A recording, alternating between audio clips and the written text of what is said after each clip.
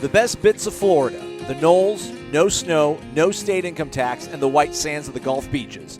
And the White Sands Breakfast Blend from DeLuna Coffee. A combination of 5 different beans, some roasted to a light roast, some to a dark roast. The end product, a perfect blend that will perk you up better than a day on the beach. Visit DeLunaCoffee.com to browse all their top shelf blends and check out their Facebook and Instagram. DeLuna Coffee, all one word. DeLuna Coffee, proudly owned and operated by the Lemmix family. Loyal and passionate FSU alums. From Tally to Cali, it's time to wake up. Wake up, wake up. Warchant.com is your ultimate Seminole sports source. And this is Wake Up Warchant, fueled by DeLuna Coffee. Coffee's for closers only. Now here's Warchant.com's Aslan Hujavandi and Corey Clark. It's the most wonderful time of Wake up! What is going on? It is Wake Up Warchant. It is fueled by DeLuna Coffee. DeLunaCoffee.com. Come explore our world of coffee. Use the promo code WARCHANT15 when you're doing your shopping over at DeLuna Coffee. Again, this time of season, Christmas time, holiday season, whatever you'd like to celebrate, go to shop at DeLunaCoffee.com. Go to gifts at DeLunaCoffee.com. Look, it's all there for you. It's all there for you. No thinking, no stress. Click a couple buttons, type in a couple numbers and letters. Boom. Delicious coffee brought to you right on your doorstep. Give it to your friends. Give it to your family.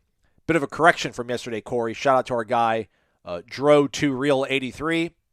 I mistakenly assumed he'd like to partake in the agricultural arts.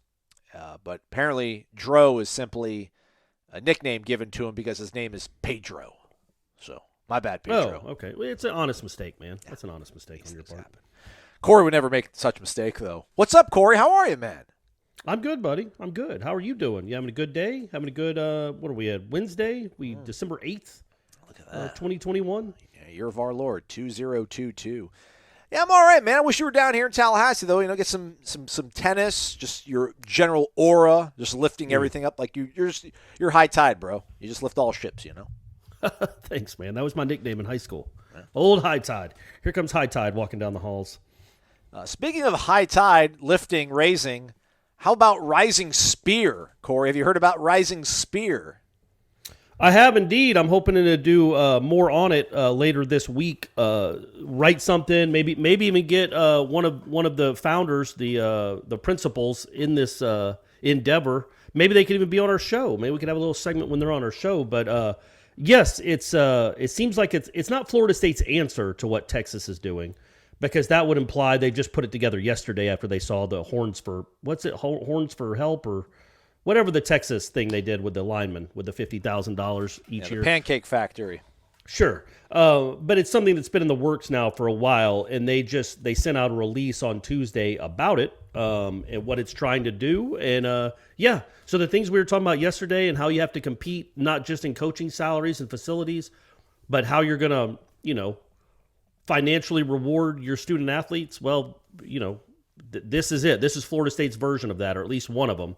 And it seems like a good idea to publicize that. Third-party company not affiliated with Florida State University. The two principals are former members of the executive board of directors of Seminole Boosters. Both of them resigned from their board positions to focus on this endeavor. So this isn't, to Corey's point, this isn't kind of it was like a spur-of-the-moment thing, yes. Or we're just going to, I think there's a lot of support, probably a lot of planning going into this. It would have been nice. Again, this is Aslan being Aslan, I guess. The thing that caught my eye about these Texas things, whether it's whatever it's called, Clark Field Collective, and the Pancake Factory thing with the offensive lineman endowment, is they were able to make their announcement, set their mission statement, but then even more importantly to the student athletes out there, put dollar figures out there. Like Clark Field Collective has said they already have $10 million ready to go to various sports organizations, various sports teams on campus. And then obviously offensive linemen, Pancake Factory thing is they've got $50K earmarked if you're a scholarship offensive lineman. They haven't released any sort of figure. So I wonder if this is one of those things where, all right, this is how we want to do it. They're going to break it up into two sort of branches. I wish they would have flipped it around. I wish they would have called the Gold Standard their non-for-profit platform. But the Gold Standard is going to represent for-profit opportunities sponsored and supported by local and national businesses. And then the Garnet Spirit will be not-for-profit, creating opportunities to engage student-athletes through appearance fees to help meet the needs of local communities through clinics, fundraising, community service projects, etc. It would have been cool if they were like, we've got this amount of money ready to go. But maybe this is one of these things where it's like, all right, we got everything in place. Now come to us, bring us your tired, huddled, not making a bowl game masses.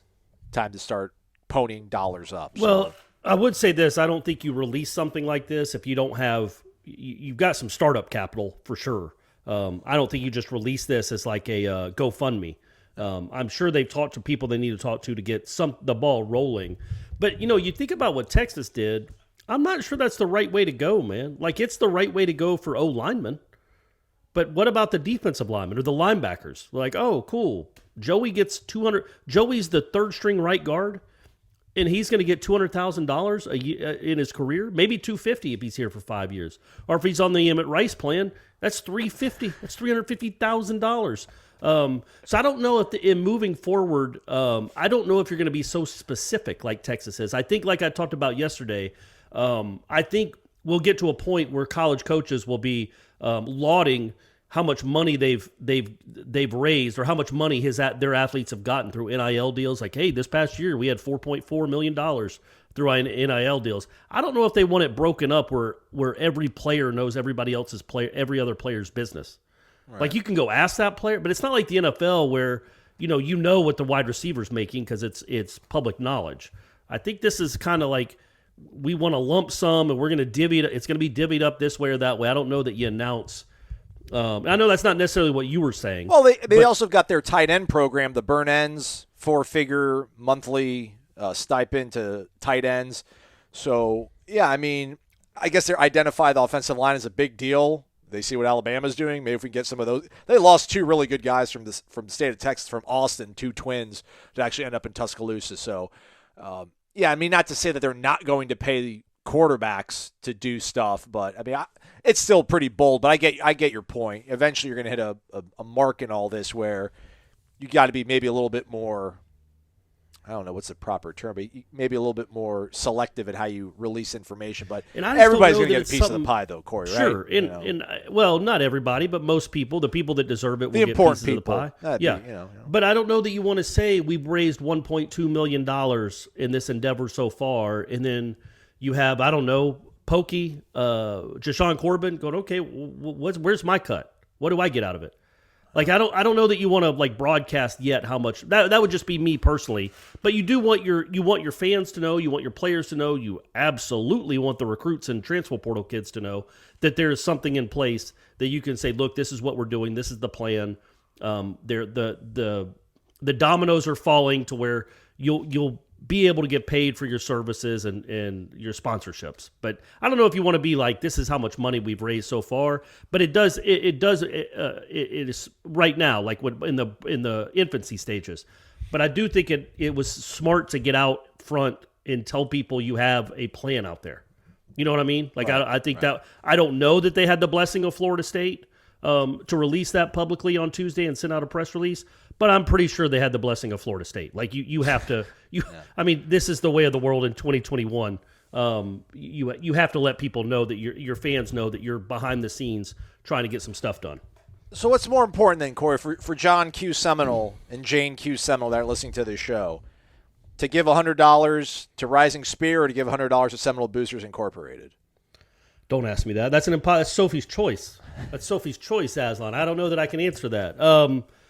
In the short term, I mean, will there be hints, you think, given? Will there be partners? I do wonder how that's all going to work out, because we're all moving towards the same direction. We all want to make the program as successful as possible.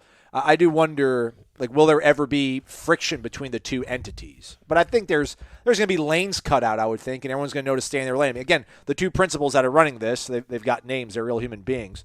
Alan Flaumenhoft and Bob Davis. Thank you, Bob. Shout out to your parents. Thanks, Bob. Alan, hey, man, we're same boat, buddy. My parents too, man. I get it. Love you, man. Immigration life. But these two guys obviously have worked with Seminole boosters, so they're this isn't like, and again, this has got the blessing of, at least Warchant, we're posting it on the website, so we definitely wouldn't be trying to, promote anything that's going to create friction between the back of the house and the front. No, I think, you're hoping that maybe, I don't know that you're fishing from two different ponds there. I think that you're hoping that maybe your big money boosters, your big money donors, slice up the pie a little bit. I mean, I know maybe you don't want that, but you've got to figure out, I mean, getting players is really important. And they have the Athletes Advisory Council where Jalen Howell, freshly minted national champion. That's Jalen Howell, she's on that. So is like Derek Brooks and Charlie Ward. Kesma Corvey. Casey Weldon, yeah. Megan King. So Nikki Akumo. Yeah. So they've got some Florida State athletics royalty to be advisors for this thing. And we'll see how it goes. But you wonder, so say Travis Hunter sends his fax in on December 15th. I just can't envision a scenario. When he sends it in. When, yeah. Like in January, even if he gets a deal, even if there's a deal waiting for him, or him and Duffy, or him and, and then two of the portal kids, I don't know that you want to announce. It's just not something I feel like you want to broadcast. I think you broadcast the totality of the money that's been spent. The money that's been raised.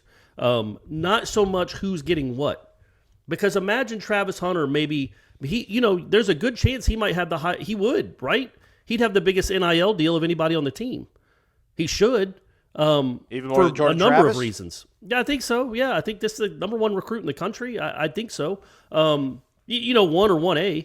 But, how is that when you're in summer workouts? How's that going to be with your teammates that, you haven't played it down yet? And you've already made more money than most of your teammates are going to make their entire careers here.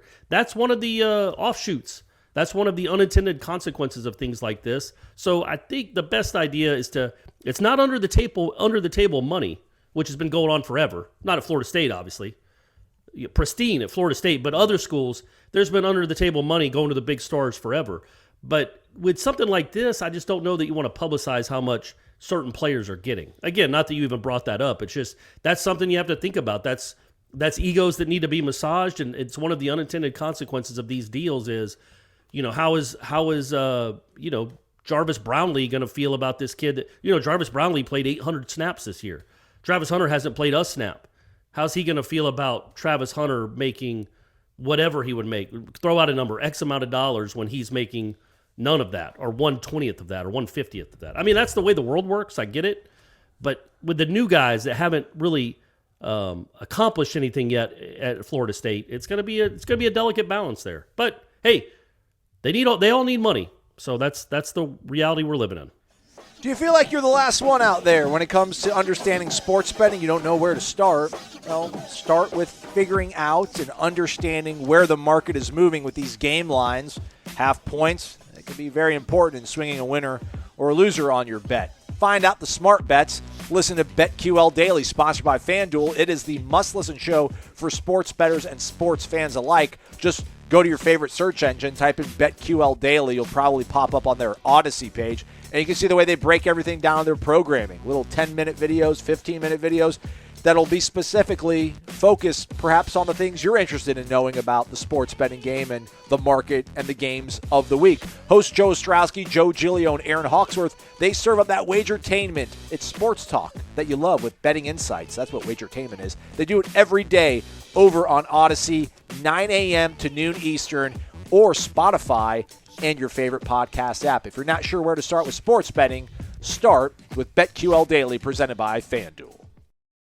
Corey, what would John Clark, what would he want to bankroll? What would have been his brainchild in the NIL space? Yeah, man, I think he'd want to know, because he was a Golden Chief for at least a couple decades, I think. I would think he'd still want to be a Golden Chief, but then he would definitely be interested in this.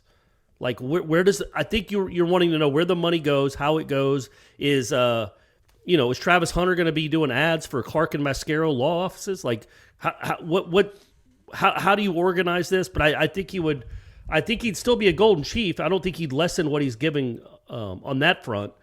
But he would definitely be interested in helping out the players, knowing what the landscape is right now. I'm interested to see how this breaks maybe along a generational line. I would think, again, my friends, they're Florida State alums. I don't think any of them are boosters. Take it up with them. I don't know. Come at me. I don't care. They're my friends. I still love them. Yeah, what are they doing? Why aren't they great boosters? human My beings. Sorry, my ex-wife is a booster. Well, they're just better than my friends, I guess, apparently. But I would think they would rather donate to boosters than donate to this kind of stuff.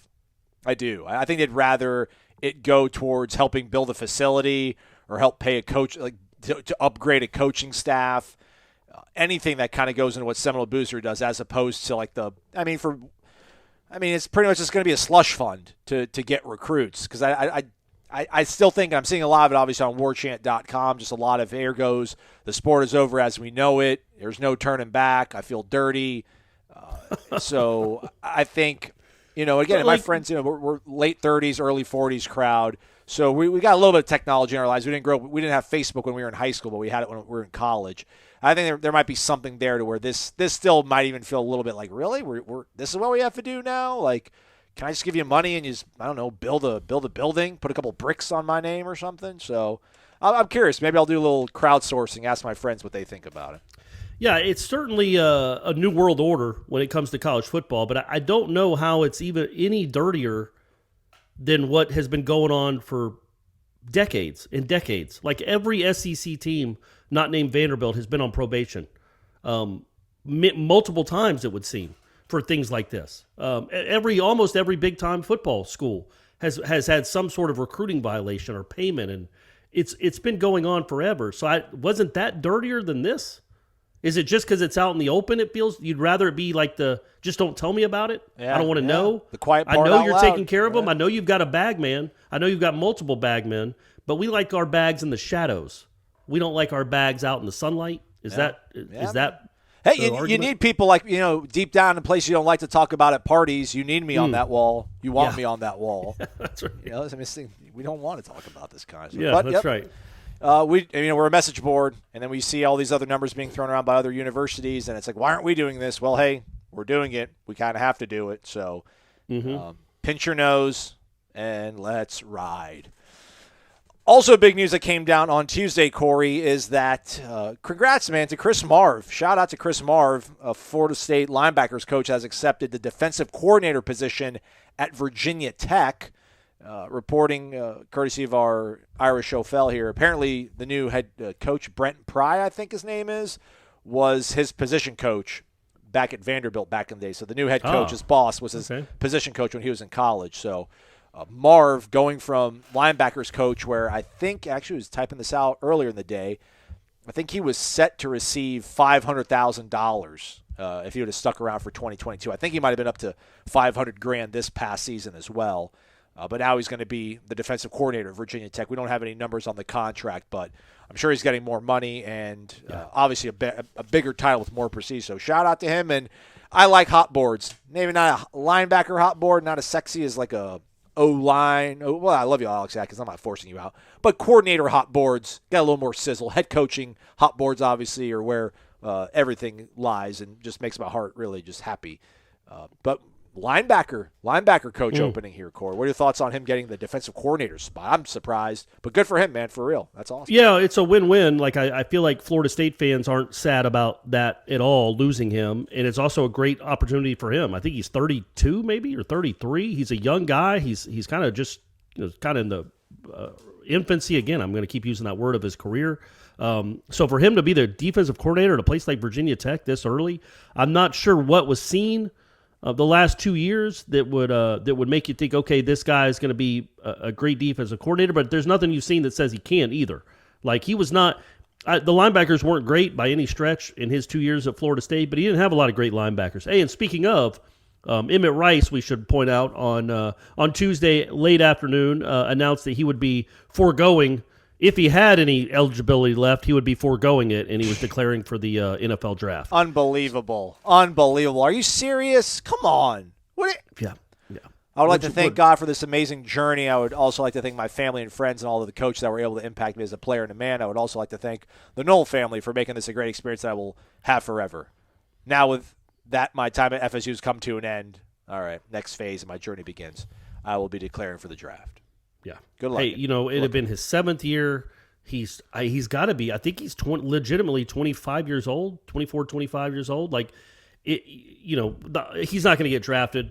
Clearly, he might not have been drafted even if he was coming off last year's season or the year before season. He hasn't been healthy enough and hasn't been productive enough. But hey, man, crazier things have happened. If he's fully healthy, he could certainly go make a team on special teams and then work his way and become a linebacker. But you certainly don't begrudge him his chance to go chase his dream. And he's been here long enough. Like 6 years is a ton.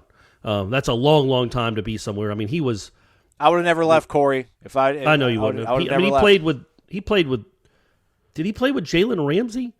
Yeah, he played with Derwin and Dalvin for sure. He played with DeMarcus Walker for sure. Yeah. I mean, good night. He didn't play with Jalen. Jalen left after 15. I'm sorry. Yeah, so he might have been recruited by Jalen though. Jalen might have been his host. I mean, who knows? It's been a long time. So good luck to him. I hope it works out. I don't think that's a stunner.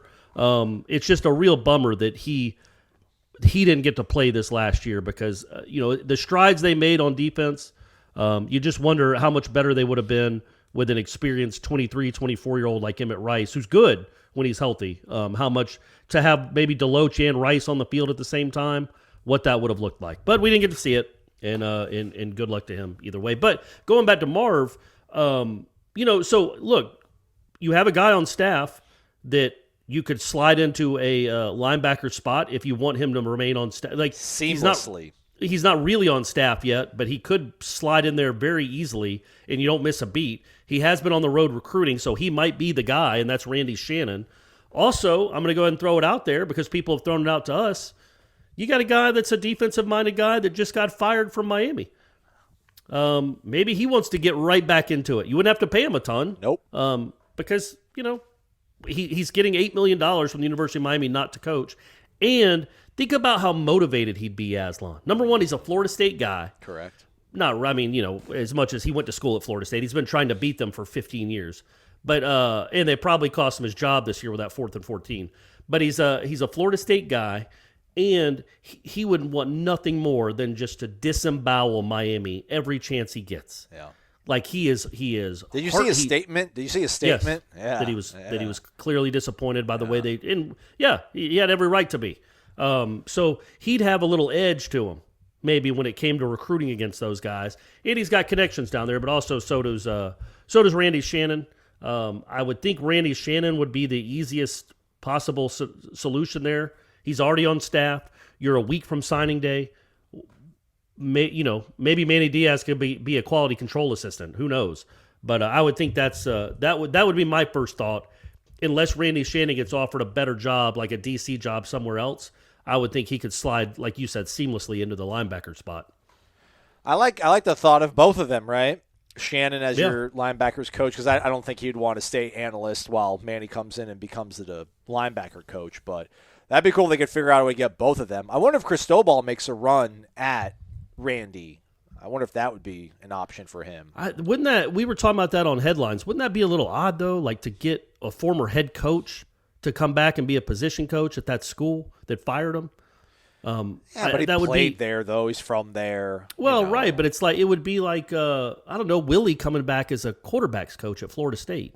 But he never went here, man. He doesn't have – he grew up, liking this place, but it's different. He didn't bleed for this place.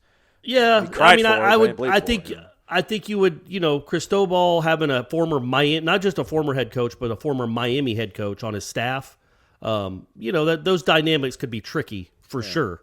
And we don't know how we know Randy Shannon was very, very happy when Florida State beat Miami this year.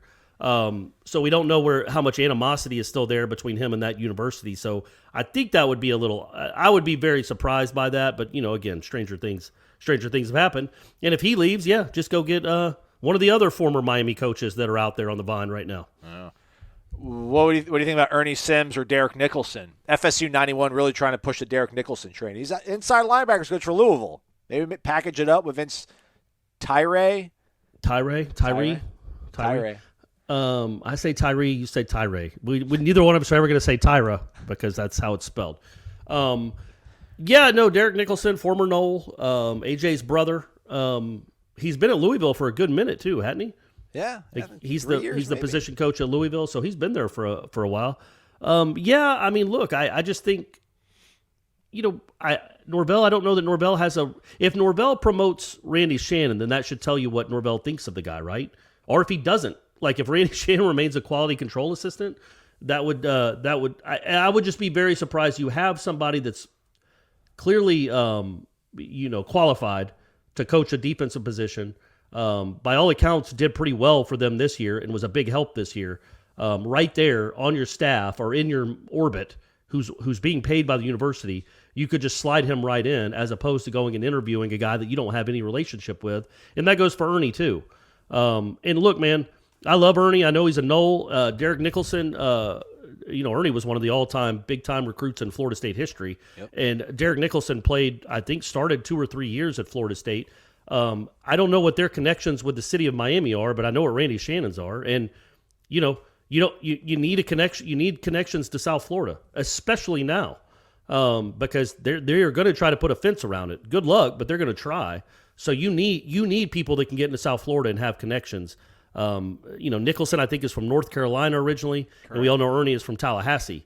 So, I would think you've got to have somebody on your staff that has connections to Miami.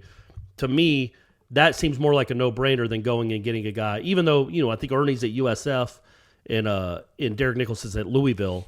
I don't know how you'd argue that they are absolute upgrades over what you get for Randy Shannon. Plus, Randy Shannon gives you a recruiting edge, you would think and hope, because of his connections to South Florida. Do you need the token guy? Do you need the token young guy on your side of the ball, though? I think, not that that's what Marve was here for, but at least Marve gave you that young guy. And then there was a funny joke about, hope he doesn't take any of our players with him, because there's nobody to really take. So right. I wonder, because if you move Randy to the linebacker coach, that you got Odell and Papuchis, and then Marcus Woodson's probably your youngest guy, I would think, on that side of the ball. Maybe Adams younger than him, I'm not sure. So I wonder if you need that unbridled youthful enthusiasm, because you got that with Kenny on the offense.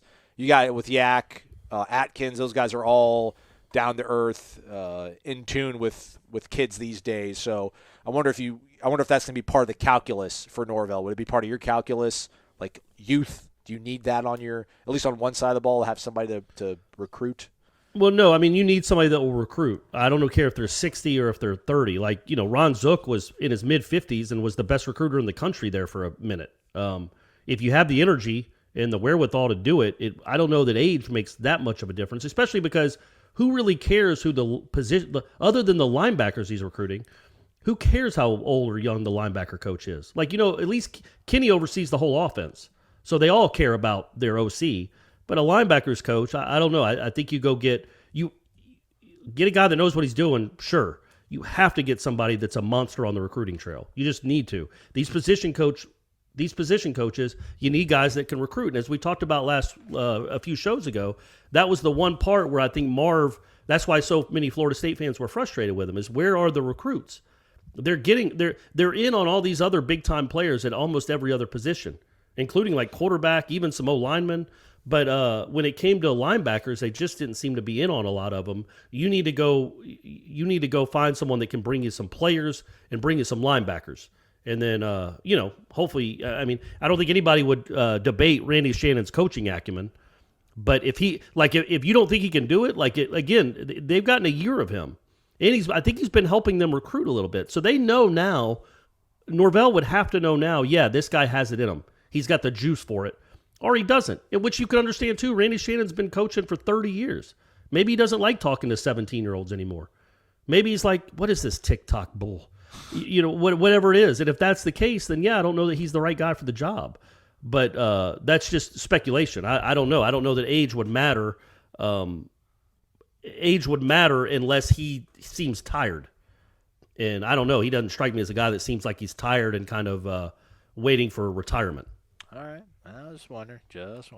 But fair point. I think Norvell also, he's 40, right? So he's one of the younger coaches in the country. So you already got that going for you. I don't know that that's, and he speaks their language, it would appear. So I would think that would be more than enough when you're talking about your head coach being youthful and maybe some other guys aren't. Hey, man, have they had any trouble recruiting tight ends, Haslan? They've got more than any school in the country, and that guy's the oldest guy on the staff, isn't he? Oh, man. Shout out Chris Thompson. Also, portal news, Jayon McCluster has entered the portal, linebacker out of Largo High School, as well as True Thompson from Grayson. Proud Strong program. Is that Gwinnett? What county is that? Is that Cobb? Yeah, that's Gwinnett. That's Gwinnett. They won they beat Collins Hill last year in the state championship game. They had the Jake Garcia kid transferred there. That's right. Oh, yeah. He went to He went from the West Coast of Valdosta and then to Grayson. Look at that. How was he eligible? How did they approve that? It was so goofy, like that show on Netflix, which is actually really bad, but it followed Valdosta in 2020. They go through the whole Garcia, saga because it's Rush Propst that was the head coach, and apparently the two parents did an interview with ESPN where they said they specifically moved to Valdosta to get him eligible, and you're not allowed to admit that. And so but I don't know how it worked where he was eligible in Grayson, but he was. So him and his dad moved to Grayson, and he played for Grayson for like the last 10 games, and they won a state championship. When's state championships for the GSHA or whatever? It's this weekend. Collins Hill, they won their semifinal game over Grayson, I think. They beat them this year 30-0. So they're playing for the state championship on either Friday night or Saturday. I think Saturday. And I think they're playing at Turner Field, which is where Georgia State plays now. Yeah. But it's where the Braves used to play before they built the new stadium. So they're playing they're playing there. So Travis Hunter can end his career with the state championship on Saturday. And then and they play in the biggest division. There's 7A, I think. And then 4 days later, make a lot of money with Rising Spear. There we go. When he sends his fax to Florida State. And if you're one of those people that does this, apparently now with Jayon transferring as well as True, and then Emmett declaring, I guess now that there are 23 spots open. I think 30 is the number that everybody on the message boards is thinking is going to be the number that they're going to bring in high school and then transfer portal guys. So there should be some other names probably starting to percolate in there if they want to get that 30 number. In case you were wondering, everybody, just in case you're wondering. So did True and McCluster, did they do that on Tuesday? Yes. Yeah. So that gives Florida State, I think now they have the lead for the most kids that have entered the transfer portal this year. That gives them 13. Joining the likes of Chubba Purdy and, on and on. Who else? It's been recent here.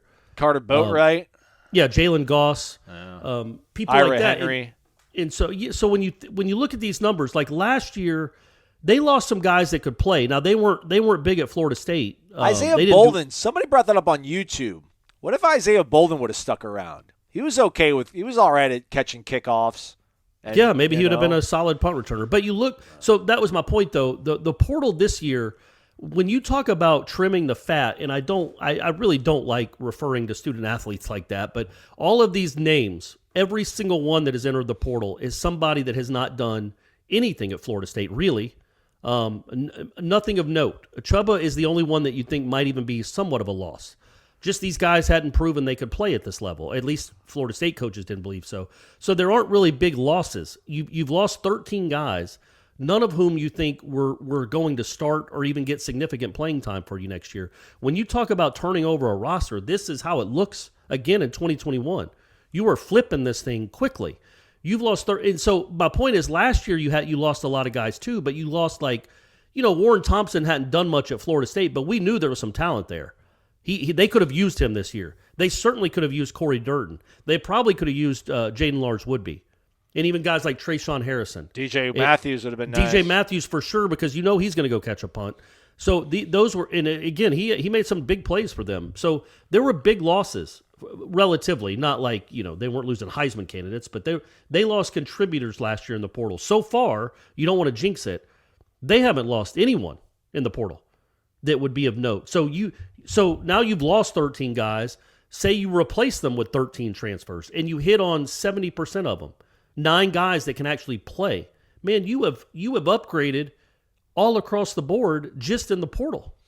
So that's when you look at that, like usually when you look at all these players leaving a program, like Virginia Tech last year, 2 years ago, they were losing really good players. And you're like, what's going on, man? What's going on? What's happening there? Why do they hate Fuente? This is different. This is Florida State, I think, being a little aggressive maybe and saying, look, you can stay here. We're certainly not going to pull your scholarship, but just know this. And then, you're not going to play. And so they might be encouraging guys to get in the portal, but that opens up so much space for them to get ready-made players available for next year. They are turning over this roster and infusing it. You hope you're not going to trade a Jalen Goss and then get a lineman that's worse. You know what I mean? Or a Carter Boatwright. Man, you don't need any more tight ends, guys. You don't have to replace Carter Boatwright. Just be cool with 6 tight ends. But all these other guys like McCluster and True Thompson, those guys weren't going to play. They weren't good enough. You hopefully are going to get in the portal and get ready-made guys at defensive tackle and linebacker. So those are huge, significant upgrades immediately. You're taking advantage of the system. Like I feel bad for these kids that are maybe getting pushed out, or at least not pushed out. I don't want to phrase it like that, but they might be encouraged, or at least they're not being begged to stay. There was a reason that Jalen Goss walked on senior day. His time at Florida State was up. I hate hammering on Jalen Goss, but realize he was here for 4 years and never played a snap that mattered. Not one.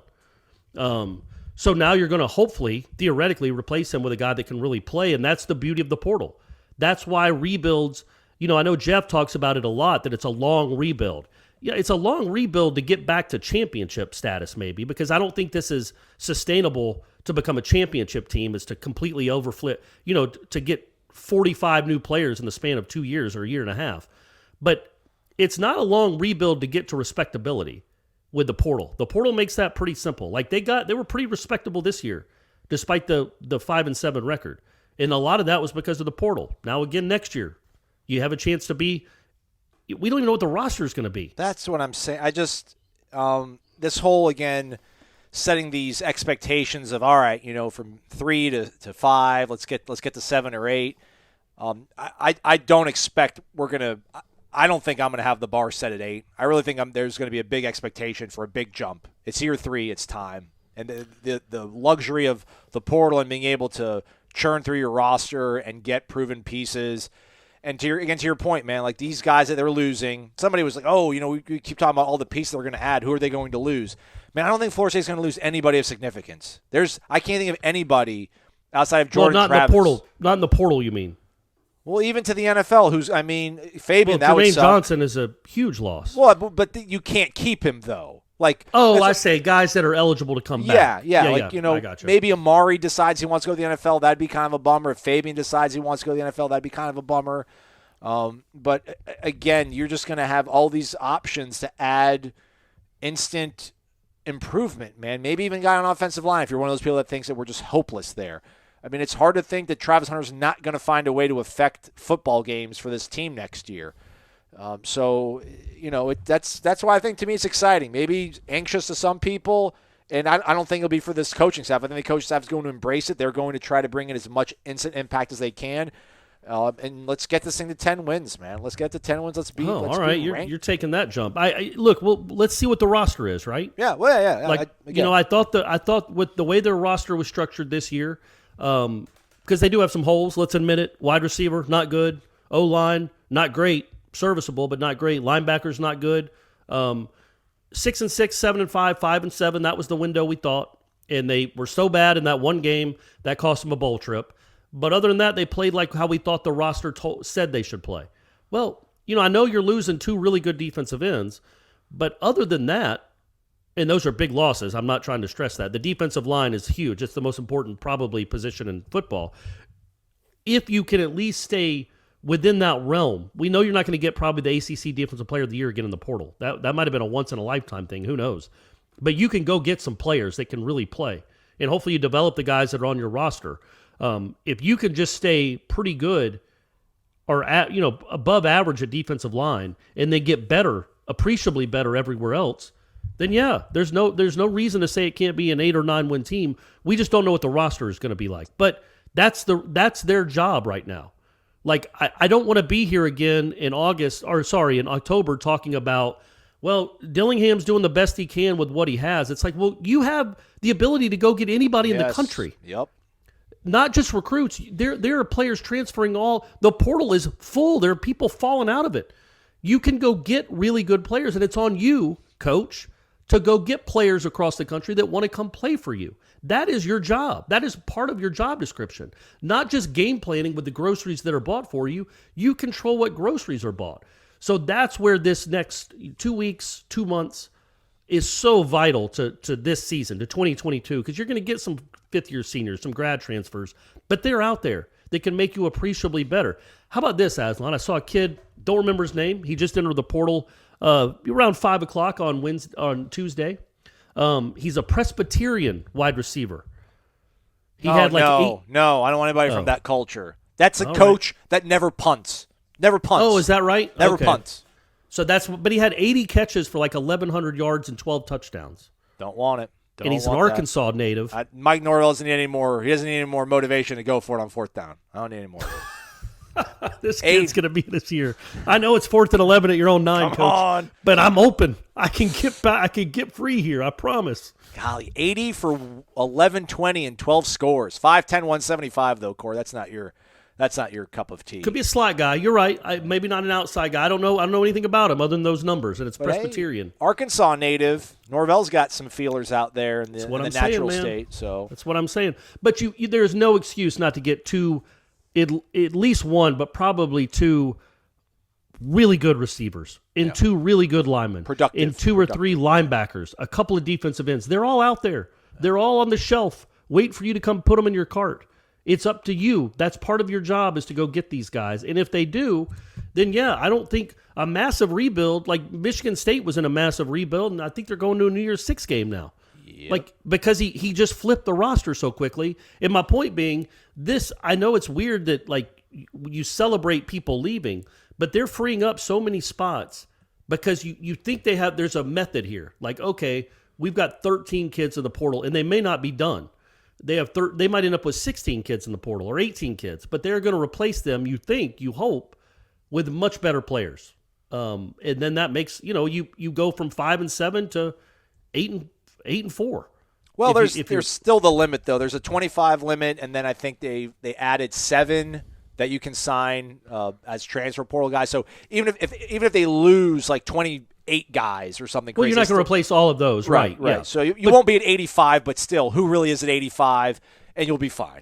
The turnover is you're losing with seniors and transfer portal guys. You're losing about 30 guys, right? Probably when it's all said and done. Yeah. 25 to 30, and you're replacing them with at least 10 or 12 transfers plus the Travis Hunters of the world. So your roster should be more talented next year than it was this year, even with the loss of Jermaine Johnson and Keir Thomas. But go find you another one of those.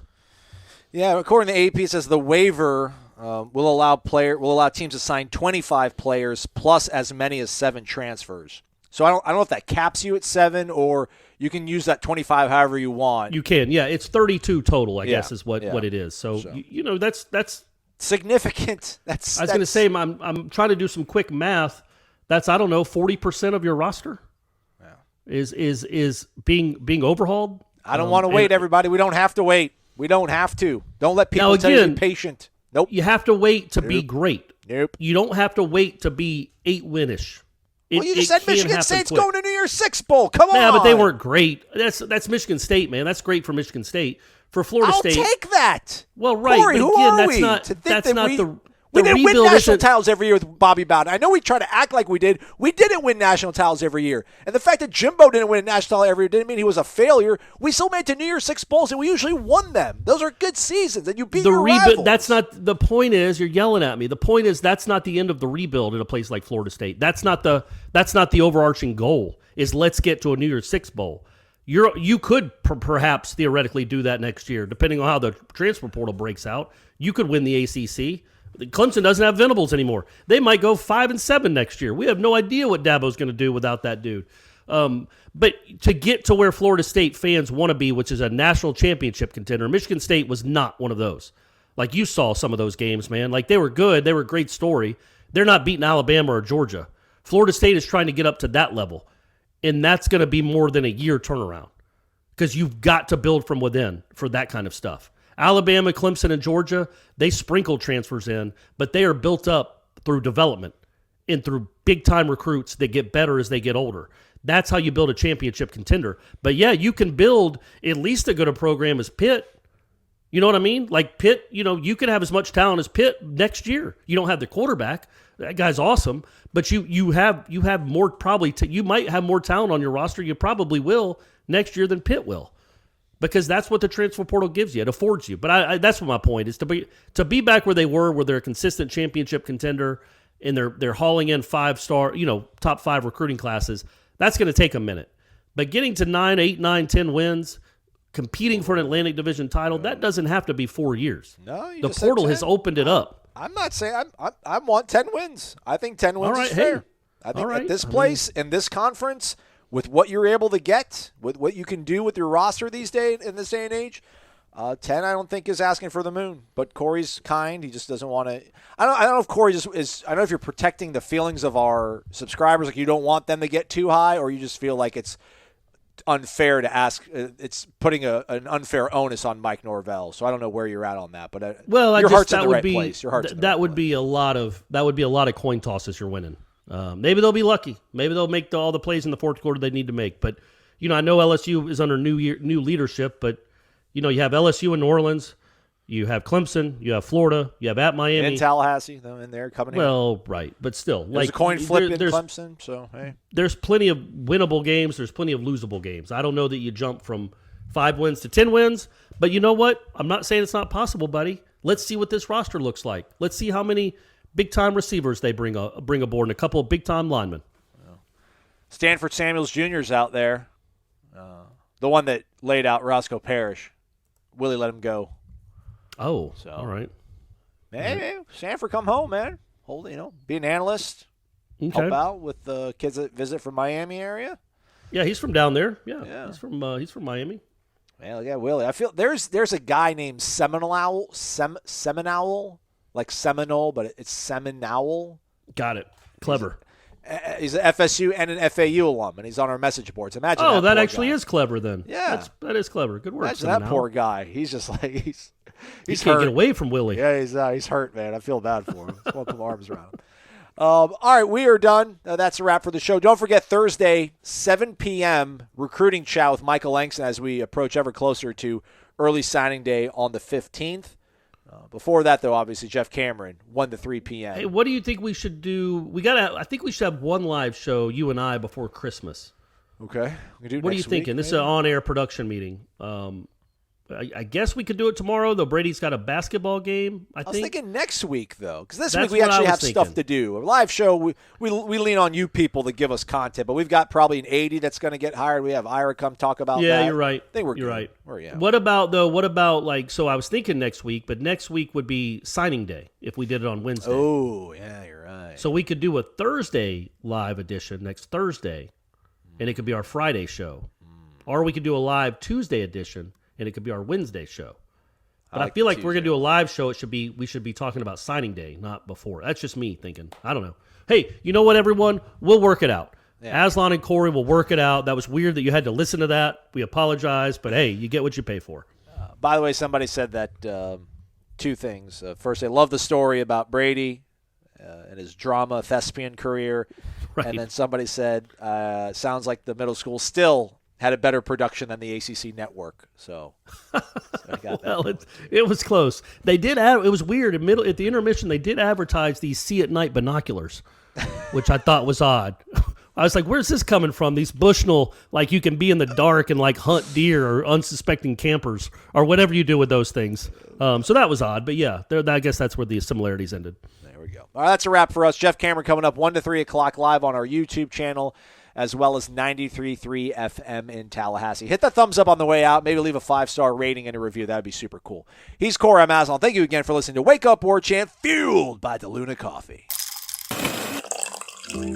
Come explore our world of coffee. DeLuna Coffee features over 24 different blends. DeLuna's unique roasts can be delivered ground finely for drip coffee makers, course for the craft crowd, untouched as a whole bean, or even in convenient K-Cups. Founded in 2014 by the Lemmix family, Ed and Brett are FSU alums and boosters who are extending a special offer to all listeners. Use the promo code WARCHANT15 for a 15% discount. Visit DeLunaCoffee.com and check out their Facebook and Instagram.